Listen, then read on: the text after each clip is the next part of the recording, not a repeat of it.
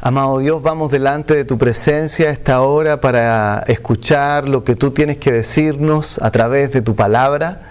Y queremos pedirte que este momento, Señor, tú saques cualquier otra cosa de nuestra mente para que podamos concentrarnos en tu palabra. Pedimos, Señor, que sea tu gracia con nosotros, en el nombre de Jesús. Amén. A través de la historia de la humanidad han habido distintas pestes, plagas que han azotado al mundo, tal cual como está sucediendo en medio nuestro el día de hoy. Una de las pestes más mortales en la historia de la humanidad fue la peste negra. Se supone que mató a entre un cuarto a un tercio de la población de Europa de ese tiempo, alrededor del 1300. Unos 40 millones de personas perdieron la vida durante ese tiempo. Interesantemente, también han habido otras pestes muy graves. Por ejemplo, la peste bubónica. El 2 de agosto del año 1527, esta golpeó a la ciudad de Wittenberg en Alemania, donde el conocido Martín Lutero se encontraba predicando bajo el cuidado de la universidad. El 10 de agosto de ese año, el rector de la ciudad solicitó a Martín Lutero y a todos los profesores de la universidad que salieran para poder trasladar la universidad a otro lugar. Fueron todos los profesores, se mudaron 5 días después, pero Martín Lutero no quiso ir. Este hombre se quedó en ese lugar para atender a los enfermos y asustados, a pesar de que vivía en un contexto nada sencillo. El 19 de agosto hubo 18 muertes en esa ciudad. Y se detalla algunas cosas que sucedieron. La esposa del alcalde casi murió en los brazos de Martín Lutero. Su propia esposa estaba embarazada mientras atendía a 2 mujeres que estaban enfermas. Su pequeño hijo Hans no quiso comer durante 3 días y la esposa de un predicador llamado George Roeder, quien también estaba embarazada, se enfermó y murió ella y su bebé. Fue en ese contexto en el cual Martín Lutero escribió una carta que podríamos traducirla de esta manera: ¿se debe huir de una plaga mortal? Y quiero citar lo que este hombre dice en esta carta. Así que hay batallas por fuera y terrores por dentro, y realmente sombríos. Es un consuelo que podemos enfrentar la furia de Satanás con la palabra de Dios que tenemos y que salva las almas, incluso si esa furia devora nuestros cuerpos. Te pido a ti y a los demás hermanos que oren por nosotros para que podamos soportar valientemente bajo la mano del Señor y vencer el poder y la astucia de Satanás, ya sea a través de la muerte o la vida. Amén. En esta respuesta que Martín Lutero está entregando en esta carta, podemos notar al menos 3 cosas interesantes. Primero, este hombre reconoce que está enfrentando una situación de vida y muerte. En segundo lugar, este hombre reconoce que no es solo una batalla contra una enfermedad, sino contra el mismísimo Satanás. Y en tercer lugar, este hombre reconoce que la mano de Dios permitió esa plaga. Sin lugar a duda, nosotros nos encontramos en una experiencia o en una situación no tan compleja como Martín Lutero, pero al mirar las noticias, al ver lo que está sucediendo en nuestro país y en otros, nos damos cuenta que hay mucha gente que está bastante asustada. Pero la Biblia también nos detalla lo que sucedió con otro hombre, Jesucristo, y cómo Él enfrentó y vio la muerte cara a cara, y en base a eso les dio un mensaje de consuelo y de alivio a sus discípulos. El día de hoy, con la ayuda del Señor, veremos este mensaje titulado Mirando la vida y la muerte a través de la muerte de Jesús. Mirando la vida y la muerte a través de la muerte de Jesús. Y le quiero pedir que me acompañe al libro de Juan, capítulo 13, y que podamos leer los versículos del 1 al 12. Dice así la palabra de Dios: antes de la fiesta de la Pascua, sabiendo Jesús que su hora había llegado para que pasase de este mundo al Padre, como había amado a los suyos que estaban en el mundo, los amó hasta el fin. Y cuando cenaban, como el diablo ya había puesto en el corazón de Judas Iscariote, hijo de Simón, que le entregase, sabiendo Jesús que el Padre le había dado todas las cosas en las manos y que había salido de Dios y a Dios iba, se levantó de la cena y se quitó su manto y tomando una toalla se la ciñó. Luego puso agua en un lebrillo y comenzó a lavar los pies de los discípulos y a enjugarlos con la toalla con que estaba ceñido. Entonces vino Simón Pedro y Pedro le dijo: Señor, ¿tú me lavas los pies? Respondió Jesús y le dijo: lo que yo hago tú no lo comprendes ahora, mas lo entenderás después. Pedro le dijo: no me lavarás los pies jamás. Jesús le respondió: si no te lavare, no tendrás parte conmigo. Le dijo Simón Pedro: Señor, no solo mis pies, sino también las manos y la cabeza. Jesús le dijo: el que está lavado no necesita sino lavarse los pies, pues está todo limpio, y vosotros limpios estáis, aunque no todos. Porque sabía quién le iba a entregar, por eso dijo: no estáis limpios todos. Así que, después que les hubo lavado los pies, tomó su manto, volvió a la mesa. En este pasaje de la palabra de Dios comienza una sección muy importante del Evangelio de Juan. La mayoría de estudiosos dividen el Evangelio de Juan en dos grandes secciones. Del capítulo 1 al capítulo 12 le llaman el libro de las señales, en el cual el Señor Jesucristo está realizando, además de sus enseñanzas, está realizando distintas clases de milagros. Pero desde el capítulo 13 en adelante hasta el final se denomina el libro de las enseñanzas de Jesús, o se le denomina el discurso de despedida, el discurso del aposento alto. Si ustedes se fijan en este capítulo 13, Jesús comienza un discurso solo a sus apóstoles. No hay nadie más. No hay fariseos que están persiguiendo ni insistiendo con preguntas. No hay una multitud que le acosa, solo está él y sus 12 cercanos. Nadie más.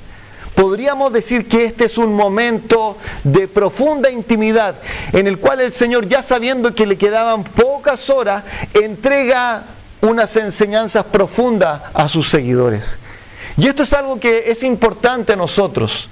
El Señor Jesucristo estaba mirándolo, digámoslo así, cara a cara la muerte, y en ese momento Él le entrega una enseñanza a sus apóstoles. Y vamos a dividir esta enseñanza en dos partes, desde el versículo 1 al 3 y desde el versículo 4 hasta el 12. Versículos 1 al 3 lo diremos así: mira tu vida y tu muerte a través de Jesús. Mira tu vida y tu muerte a través de Jesús. Tu vida, la vida de aquellos que tú amas, no se puede comprender solo si miras a través de ti. Necesitas un punto de referencia mejor: a Jesucristo. Y si nos damos cuenta acá en estos primeros 3 versículos, se nos nombra 3 cosas que Jesús sabía.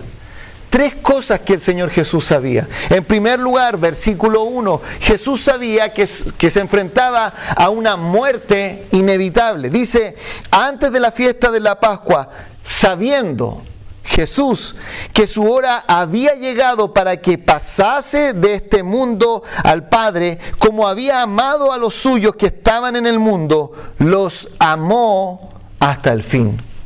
Jesús sabía que se enfrentaba a una muerte inevitable. Es este Señor que sabe lo que va a enfrentar el que está dando una enseñanza a sus discípulos. Y dice acá la palabra de Dios que Jesús sabía que su hora había llegado para que pasase de este mundo. En distintas partes del Evangelio de Juan se nos habla acerca de esto de la hora. Por ejemplo, en el capítulo 2 Versículo 4, Jesús le responde a su madre y le dice lo siguiente: aún no ha venido mi hora. En el capítulo 7, versículo 30, hay una multitud y dice así la palabra de Dios. Entonces procuraban prenderle, pero ninguno le echó mano porque aún no había llegado su hora. Y en el capítulo 8, versículo 20 dice así: estas palabras habló Jesús en el lugar de las ofrendas, enseñando en el templo, y nadie le prendió porque aún no había llegado su hora. En todos estos pasajes se nos repite la idea que aún no había llegado su hora. Pero acá, en el capítulo 30, en el capítulo 13 dice: sabiendo Jesús que su hora había llegado. Jesús ya lo sabía. Él sabía lo que vendría, Él sabía lo que sucedería. Y en estas horas finales reúne a sus apóstoles y quiere tener un momento de intimidad con ellos. Y fíjense lo que está diciendo acá el Señor. En el capítulo 12, si vamos un poco más atrás, en el versículo 27 nos muestra cómo estaba el corazón del Señor en esta circunstancia. Dice, versículo 27, ahora está turbada mi alma. ¿Y qué diré? Padre, sálvame de esta hora. Mas para esto he llegado a esta hora. De la misma manera que Lutero reconoció que estaba en una situación de vida o de muerte que le producía terror, el Señor Jesucristo sabía que iba a enfrentar a la muerte, y su palabra dice que su alma estaba profundamente turbada. Jesús sabía que iba a enfrentar una muerte inevitable, pero no solamente eso. En segundo lugar, en el versículo 2, Jesús sabía que dicha situación estaba siendo utilizada por el mismísimo diablo. Fíjense lo que dice el versículo 2, y cuando cenaban, como el diablo ya había puesto en el corazón de Judas Iscariote, hijo de Simón, que le entregase. Acá, de alguna manera, lo que está haciendo Dios en este evangelio es descorrer el velo del mundo visible para mostrarnos el mundo invisible. Y lo que está señalando es que en esta escena que está sucediendo está obrando el enemigo de nuestras almas. El diablo está actuando acá. El día de hoy, para muchas personas, las ideas del diablo, del enemigo, de seres espirituales que están detrás de esto, pareciera ser algo ridículo. Nuestro mundo actual se ríe de esas cosas. Pero, digámoslo así, la palabra de Dios no tiene ningún problema en decirnos que esto es una realidad. Durante estos días estaba leyendo un comentario del conocido escritor peruano Mario Vargas Llosa, quien estando en España y viendo toda la crisis que está produciéndose en el sistema de salud debido a esto del coronavirus, él señalaba y veía que todo esto, según su visión, era una laraca, una exageración de todos y que tenían que calmarse. Pero él señala lo siguiente: lo que no pasará es el miedo a la muerte, al más allá, que es lo que anida en el corazón de estos terrores colectivos, que son el temor a las pestes. La religión aplaca ese miedo, fíjense, pero nunca lo extingue. Siempre queda en el fondo de los creyentes ese malestar que se agiganta a veces y se convierte en miedo pánico, de que habrá una vez que se cruce aquel umbral que separa la vida de lo que hay más allá de ella. La extinción total y para siempre. Esa fabulosa división entre cielo para los buenos y el infierno para los malvados de un Dios juguetón que pronostican las religiones. Mi querido amigo, la Biblia es un libro racional, pero no es racionalista. Nos dice que Dios creó al hombre con mente y con discernimiento y no tiene problema en reconocer que detrás de este mundo, detrás de este telón, de esta vida material, hay un mundo espiritual y ese mundo está conectado al nuestro, lo influencia, lo manipula. ¿Eres consciente tú de este mundo espiritual? ¿Estás convencido de que no puedes explicar tu propia vida, tu propia existencia en términos meramente naturales? ¿Has comprendido que tu necesidad de oxígeno, de agua, de nutrientes, implican una gran cantidad de variables que están finamente ajustadas para que tu vida sea posible en este pálido punto azul? Jesús sabía que el diablo había entrado en el corazón de Judas y le había dicho algo como esto: ¿en serio, Judas, vas a hacer esto? ¿En serio, Judas, tú vas a seguir a Jesús y te vas a identificar con Él? ¿No te das cuenta que las cosas están llegando a un extremo y que Jesús ya no goza de la popularidad que tuvo en un principio? Y si, Judas, tú sigues en esa situación, de pronto tú mismo vas a correr riesgo. Y tu familia y aquellas personas que amas. Judas, este es el momento de salir. Déjalo. Jesús no tiene nada que ofrecerte. Y de esta manera muchas personas caminan el día de hoy. Son los dueños de su vida, hasta que una pandemia como la que el día de hoy se vive les aterriza a la realidad, a la cruda realidad de nuestra fragilidad y de nuestra vulnerabilidad. Mi amigo, el cientificismo moderno no puede ayudar a nadie que está danzando con la muerte. ¿Eres tú acaso uno de aquellos que se ha dejado engañar creyendo que la existencia humana se trata solo de materia y energía? Por eso podemos darnos cuenta que Jesús sabía que se enfrentaba a una muerte inevitable. Y en segundo lugar, Jesús sabía que esta situación sería usada por el diablo. Versículo 2. Y en tercer lugar, versículo 3, Jesús sabía que su vida estaba en las manos de Dios. Fíjense en el versículo 3.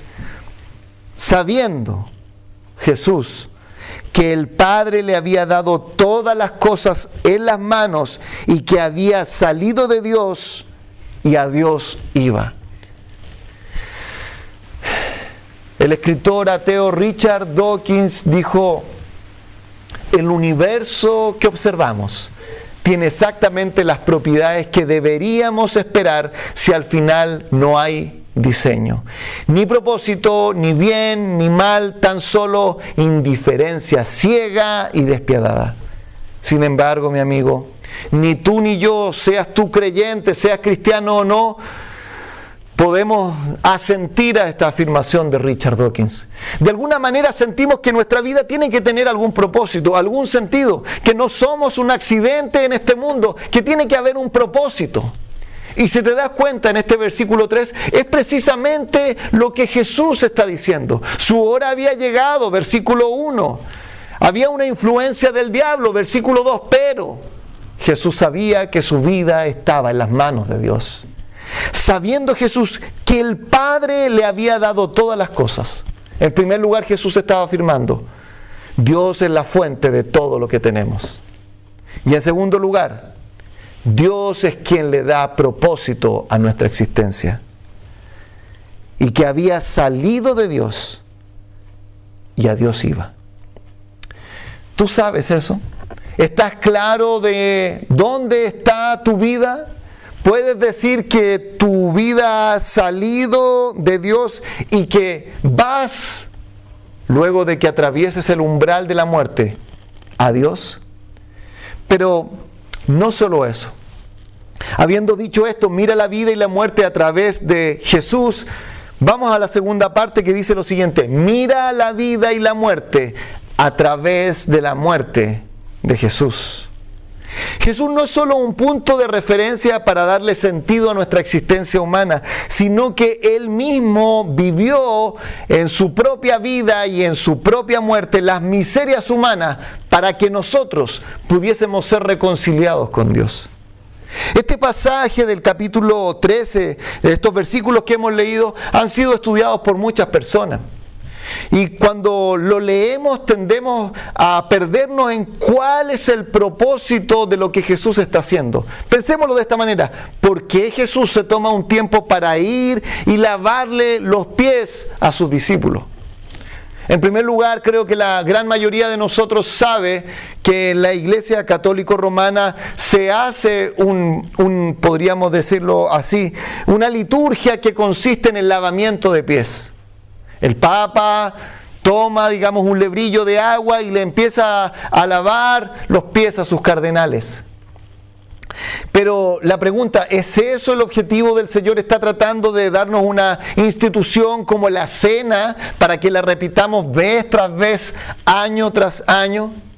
Quiero que noten una cita de Juan Calvino que nos cuenta de ¿Qué pasaba con esta manera de actuar en su tiempo? Él dice, cada año realizan de forma teatral el lavamiento de los pies y cuando han acabado con esta vacía ceremonia, creen que ya han cumplido con su deber y que entonces ya pueden aborrecer a sus hermanos. Lo que él estaba diciendo es que en el fondo la gente participaba de este ritual, pero luego sus vidas, sus actos, su manera de vivir no había cambiado en absolutamente nada. No había ningún cambio. Está claro que Jesús en este pasaje no está tratando de darnos una ceremonia sin contenido, algo superfluo, vacío.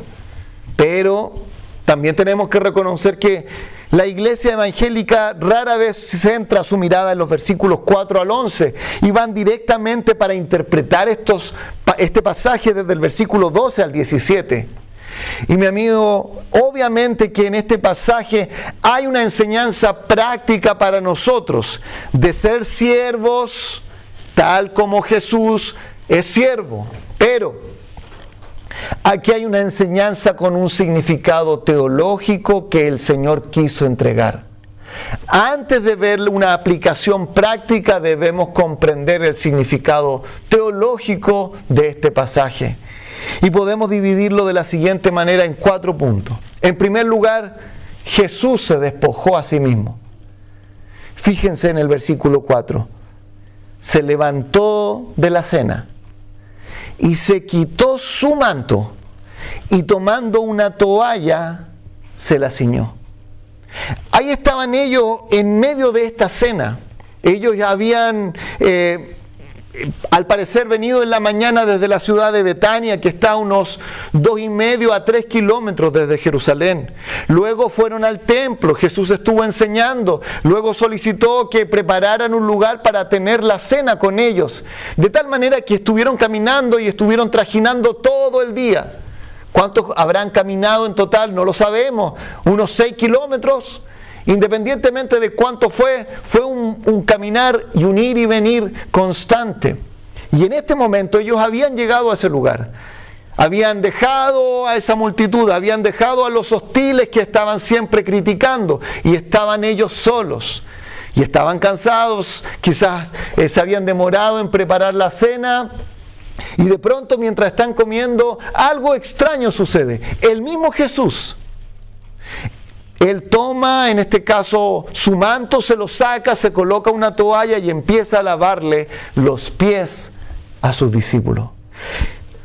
No podemos dejar de notar el paralelismo que esto tiene con lo que dice Pablo en el libro de Filipenses, en el capítulo 2, donde él dice lo siguiente: haya pues en vosotros este sentir que hubo también en Cristo Jesús, el cual siendo en forma de Dios, no estimó el ser igual a Dios como cosa que aferrarse, sino que se despojó a sí mismo. Jesús se está despojando de su manto y tomando una toalla se la ciñe. En segundo lugar, podemos ver que Jesús tomó forma de siervo. En el versículo 5 leemos esto: luego puso agua en un lebrillo y comenzó a lavar los pies de los discípulos y a enjugarlos con la toalla con que estaba ceñido. Jesús tomó un lugar de siervo. Eso es lo que dice Pablo también en Filipenses: tomando forma de siervo, hecho semejante a los hombres. Filipenses capítulo 2. En ese tiempo la labor, digamos, de ir y lavar los pies a aquellas personas que llegaban a una casa, no la realizaba un aprendiz, ni tampoco el maestro como el Señor Jesucristo. Esto ni siquiera lo realizaba cualquier siervo, sino que los siervos más jóvenes eran los que hacían esta función. Pero paradójicamente Jesús quiebra todo ese esquema. El Evangelio de Lucas nos dice que ellos estaban discutiendo entre sí, pensando quién de ellos sería el mayor. Pero Jesús no estaba interesado en mantener una posición, un estatus, un lugar. En esas horas finales no estaba enfocado en sí mismo, sino en su Padre y en sus discípulos. Y los amó, dice la Escritura, hasta el fin. Y con esta parábola que Él está actuando, les estaba mostrando para qué Él había venido. En Mateo capítulo 20, versículos 27 y 28 dice así: el que quiera ser el primero entre vosotros será vuestro siervo, como el Hijo del Hombre no vino para ser servido, sino para servir y para dar su vida en rescate por muchos. Jesús en primer lugar se despojó a sí mismo. Jesús en segundo lugar tomó forma de siervo. Y en tercer lugar Jesús fue obediente en su muerte en la cruz. Fijémonos ahora en los versículos 6 hasta el 11. Dice: entonces vino a Simón Pedro, y Pedro le dijo: Señor, ¿tú me lavas los pies? Respondió Jesús y le dijo: lo que yo hago tú no lo comprendes ahora, mas lo entenderás después. Pedro le dijo: no me lavarás los pies jamás. Jesús le respondió: si no te lavare, no tendrás parte conmigo. Le dijo Simón Pedro: Señor, no solo mis pies, sino también las manos y la cabeza. Jesús le dijo: el que está lavado no necesita sino lavarse los pies, pues está todo limpio, y vosotros limpios estáis, aunque no todos.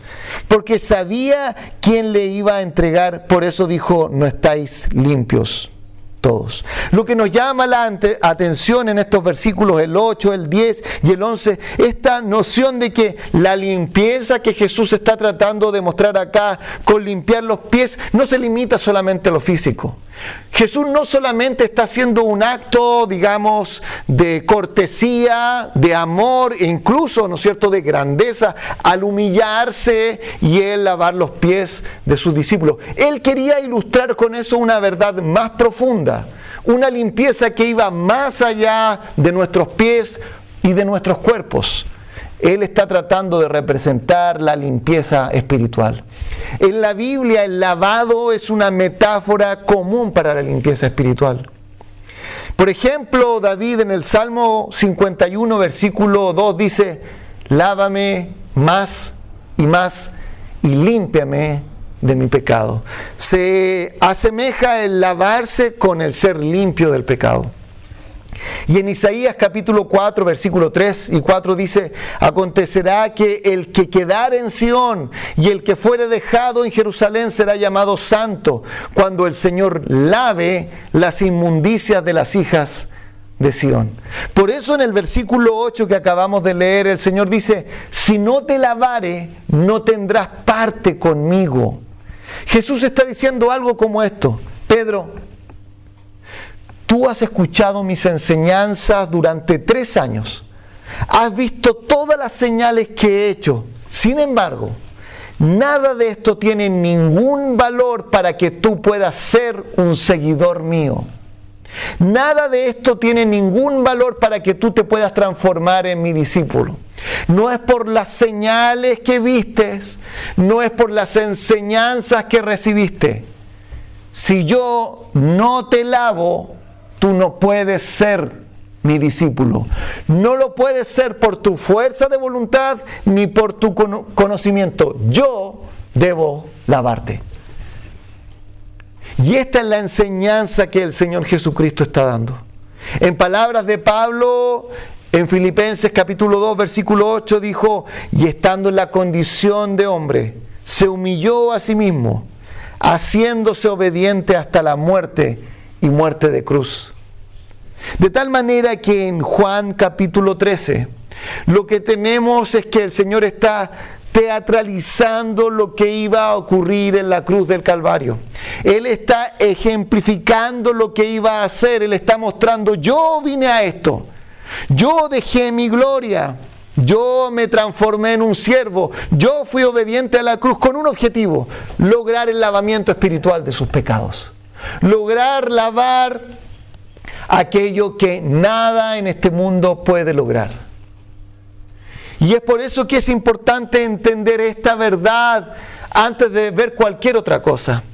Porque cuando nos damos cuenta que Jesús se enfrentaba a la muerte y vio a estos discípulos que estaban, digámoslo así, sin entender lo que estaba sucediendo, Él quiso recalcar y remarcar su propia muerte, de tal manera que tú y yo podamos ver nuestra vida y nuestra muerte a la luz de la muerte de Jesús.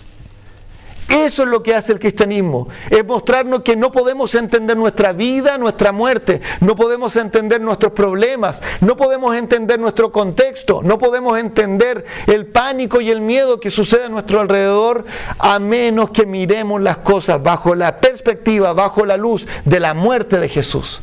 Y eso el Señor está representando. ¿Has sido lavado por Jesús?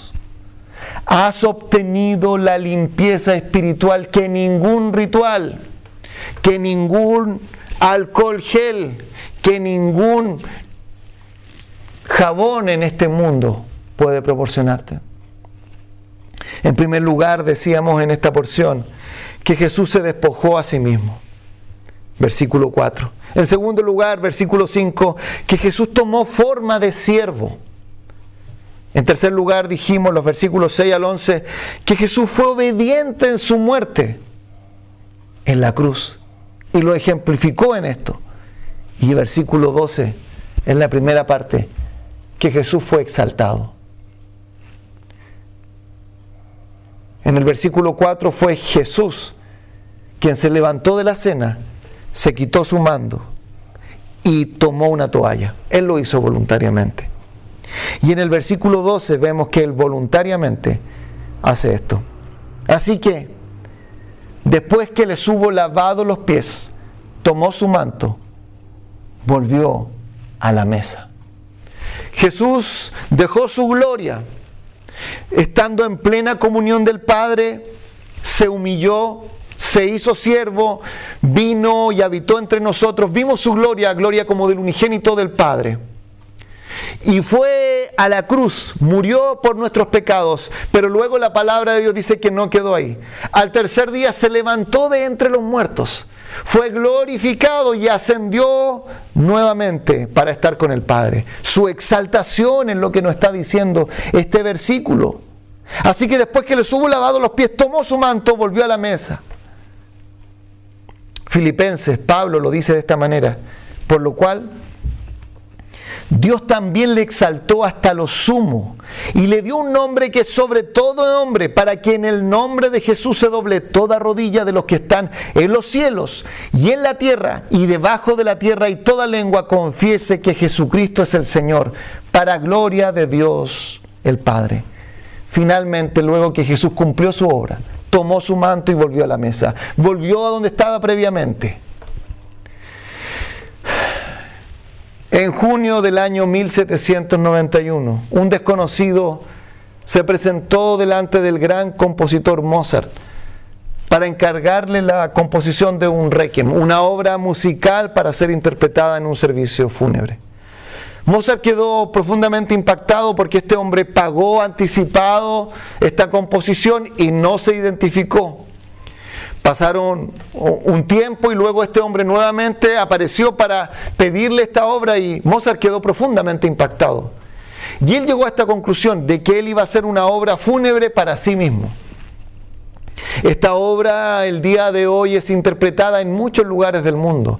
Personas que gustan de la música clásica muchas veces van a ver esta composición musical de este gran genio de la música, que se centra en lo que sucede con nosotros los seres humanos cuando enfrentamos la muerte.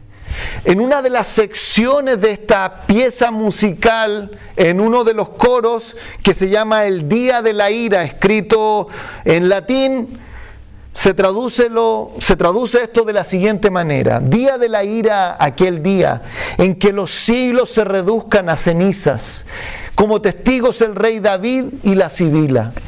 ¿Cuánto terror habrá en el futuro cuando el juez haya de venir a juzgar todo estrictamente? La trompeta, esparciendo un sonido admirable por los sepulcros de todos los reinos, reunirá a todos ante el trono. La muerte y la naturaleza se asombrarán cuando resucite todo lo creado para que responda ante su juez.